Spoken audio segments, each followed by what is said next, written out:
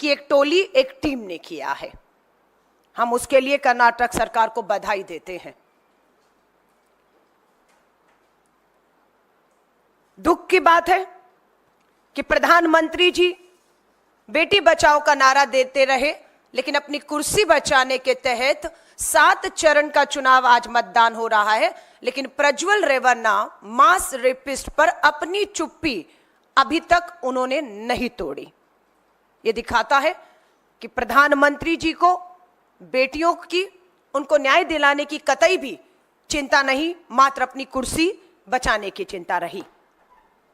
मैं आपको लेटर दिखा रही हूं।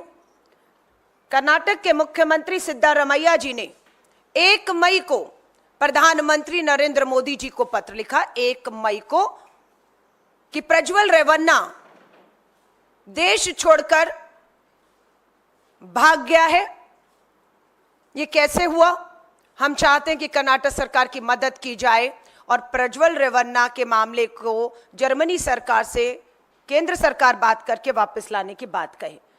लेकिन जब 1 मई से कोई भी रिएक्शन या जवाब मुख्यमंत्री के पत्र का प्रधानमंत्री जी द्वारा नहीं आया, समझ सकते हैं चुनाव की व्यस्तता है और आपको इस मामले पर आपकी चुप्पी भारी पड़ सकती है। 22 मई को 21 दिन के बाद कर्नाटक के मुख्यमंत्री सिद्धारमैया जी ने दोबारा एक पत्र प्रधानमंत्री नरेंद्र मोदी जी को लिखा 21 दिन के बाद कि आपके तरफ से किसी तरह का कोई सहयोग, मदद या हमने जो आपसे मांग की उस पत्र का कोई भी जवाब नहीं आ रहा है। यह दिखाता है कि प्रधानमंत्री नरेंद्र मोदी जी की कितनी गंभीरता इस मामले को लेकर थी, यह साफ दिखता रहा। श्री राहुल गांधी जी का 2 मई को किया गया इस ट्वीट, जो रेवन्ना ने किया वो सेक्स स्कैंडल नहीं, मास रेप है। कर्नाटक में स्टेट से प्रधानमंत्री उस मास रेपिस्ट का समर्थन कर रहे थे जी, उसके लिए वोट मांग रहे थे। इसकी तस्वीरें मैं दोबारा से जाहिर करूंगी। नरेंद्र मोदी, अमित शाह और बीजेपी के हर नेता को इस पाप के लिए देश की हर महिला से हाथ जोड़, सर झुका माफी मांगनी चाहिए। ये मांग श्री राहुल गांधी जी की ने, ये मांग आधी आबादी की थी, जिसे आवाज देने का काम श्री राहुल गांधी जी ने किया। मास रेपिस्ट को हिंदुस्तान से भागने देंगे, ये है मोदी की गारंटी। 4 मई को दोबारा राहुल गांधी जी लिखते हैं, कर्नाटक में भाजपा समर्थित हैवान ने सैकड़ों महिलाओं और उनके परिवारों को ऐसा मानसिक आघात दिया है कि सोचकर भी आत्मा जो है वो सहर उठती है। मैं आपकी पीड़ा और वेदना को समझता हूं और भयंकर अत्याचार के खिलाफ न्याय की लड़ाई में आपके साथ खड़ा हूं, ये राहुल गांधी जी पीड़िताओं से कह रहे हैं। लेकिन प्रधानमंत्री जी ने एक शब्द नहीं कहा कि वो इन सबके साथ न्याय करेंगे। चुनावी शोर के बीच आपके साहस और संघर्ष को हम दबने नहीं देंगे। कि 7 चरण का चुनाव है, शोर शराबा है, मीडिया इस मामले को नहीं दिखाया, लेकिन भारतीय राष्ट्रीय महिला कांग्रेस ने अपने शीर्ष नेतृत्व के कहने पर पूरे देश में आंदोलन किया। प्रधानमंत्री जी जहां जहां गए उनके पीछा किया, काले झंडे दिखाए, उन्हें मजबूर किया अपनी चुप्पी तोड़े। पर दुख और चिंता की बात है कि 7वें चरण के मतदान तक प्रधानमंत्री जी अपनी चुप्पी नहीं तोड़ते। राहुल गांधी जी तक ने पीड़िताओं को न्याय दिलाने के लिए लिखा है कि मैंने कर्नाटक के मुख्यमंत्री को पत्र लिखकर उस हैवान के लिए कड़ी से कड़ी सजा सुनिश्चित करने और पीड़ित परिवारों को हर संभव सहायता मुहैया करवाने का आग्रह किया है, जिसे स्वीकार भी कर लिया गया और जो नतीजे के तौर पर आपके हमारे सबके सामने है। मैं हर पीड़िता और उसके परिवार को विश्वास दिलाता हूं, आज आपका संघर्ष कल एक ऐसा देश बनाएगा जहां किसी महिला के सम्मान से खिलवाड़ करने की सोच पर भी प्रज्वल रेवन्ना जैसे मास रेपिस्ट हैवानों की रूह कांप जाएगी। ये सोच सत्ता में आने के बाद कांग्रेस के एक नेता की है कि बख्शे नहीं जाएंगे। 4 मई को कर्नाटक में महिलाओं के साथ हुई अपराध पर भी नरेंद्र मोदी ने हमेशा की तरह शर्मनाक चुप्पी साधी हुई है, जो अभी तक जारी है 7वें चरण तक। प्रधानमंत्री को जवाब देना होगा सब कुछ, ये बहुत महत्वपूर्ण है। सब कुछ जानकर भी सिर्फ वोटों के लिए उन्होंने सैकड़ों बेटियों का शोषण करने वाले हैवान का प्रचार क्यों किया? ये सबसे बड़ा सवाल उठता है कि क्या प्रधानमंत्री जी मजबूरी थी? ये पोस्टर जग जाहिर है जो राहुल गांधी जी सवाल उठा रहे हैं।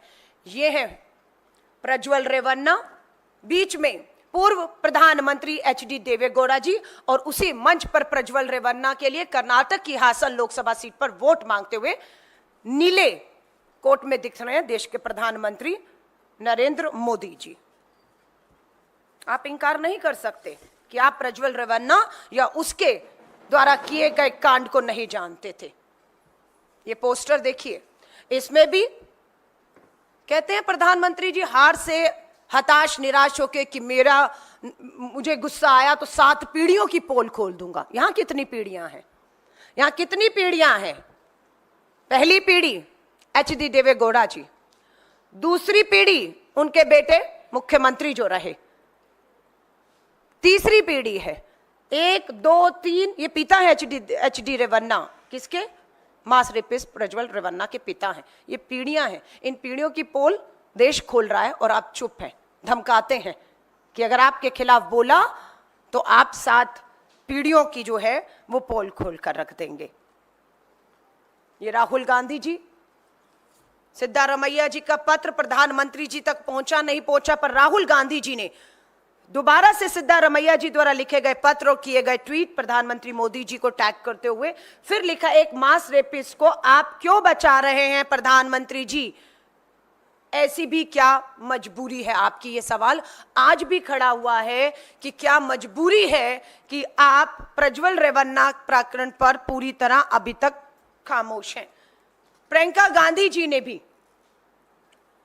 29 अप्रैल को ट्वीट किया है और साफ कहा है, जिस नेता के कंधे पर हाथ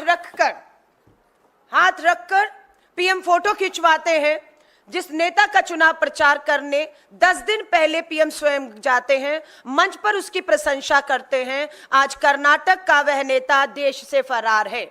उसके जघन्य अपराधों के बारे में सुनकर ही दिल दहल जाता है। ये प्रियंका गांधी जी लिख रही हैं।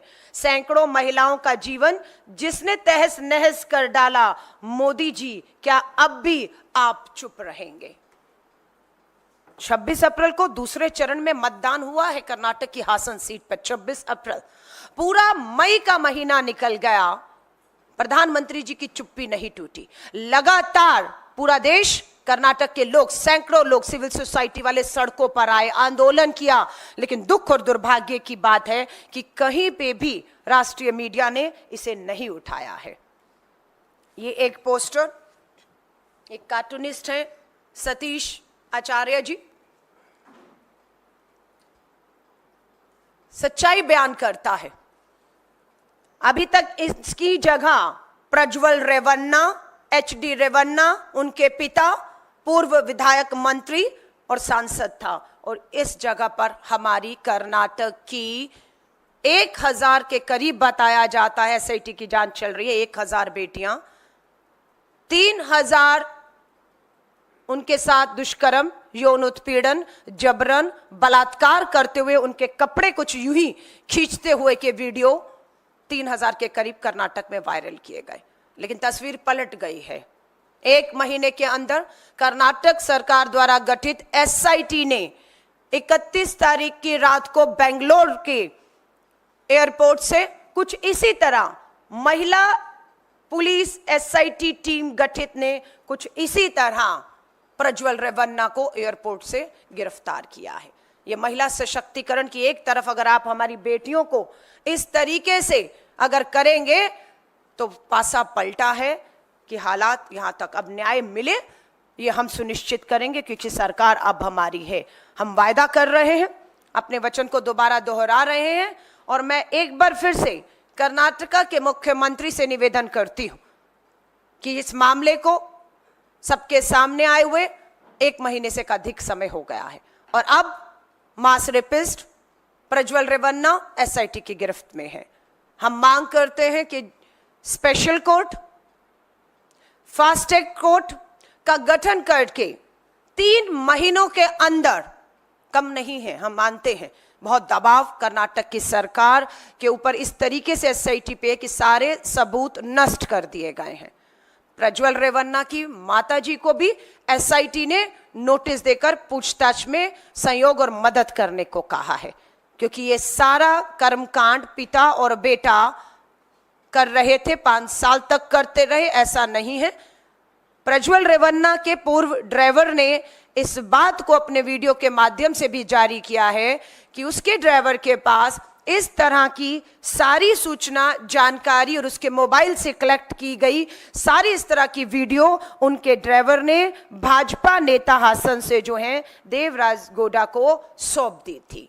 और देवराज गौड़ा बार बार अपनी प्रेस कॉन्फ्रेंस में कहते रहे कि प्रधानमंत्री जी, गृह मंत्री जी, नड्डा जी, सबको उन्होंने इन जो पेन ड्राइव में सीडी सबूत दे दिए थे, तब तक प्रज्वल रेवन्ना को समर्थन दे या उसके प्रचार में आने का फैसला नहीं हुआ था। लेकिन दुख और दुर्भाग्य की बात है कि प्रज्वल रेवन्ना के पूर्व ड्राइवर, जिनका नाम कार्तिक बताया जाता है, उन्होंने पेन ड्राइव में ये सारे कर्मकांड जो हैं देवराज गौड़ा के माध्यम से, जो भाजपा के नेता हैं, प्रधानमंत्री, गृह मंत्री और भाजपा नेताओं तक पहुंचा दिए। लेकिन उसके बावजूद भी फैसला लिया जाता है प्रधानमंत्री नरेंद्र मोदी जी द्वारा कि वो बिल्कुल प्रज्वल रेवन्ना को टिकट देने का समर्थन ही नहीं करते, उसके चुनावी प्रचार प्रसार में भी शामिल होकर उसके लिए वोट मांगकर ये कहते हैं कि प्रज्वल रेवन्ना को दिया गया एक एक वोट प्रधानमंत्री मोदी जी को निजी तौर पर भी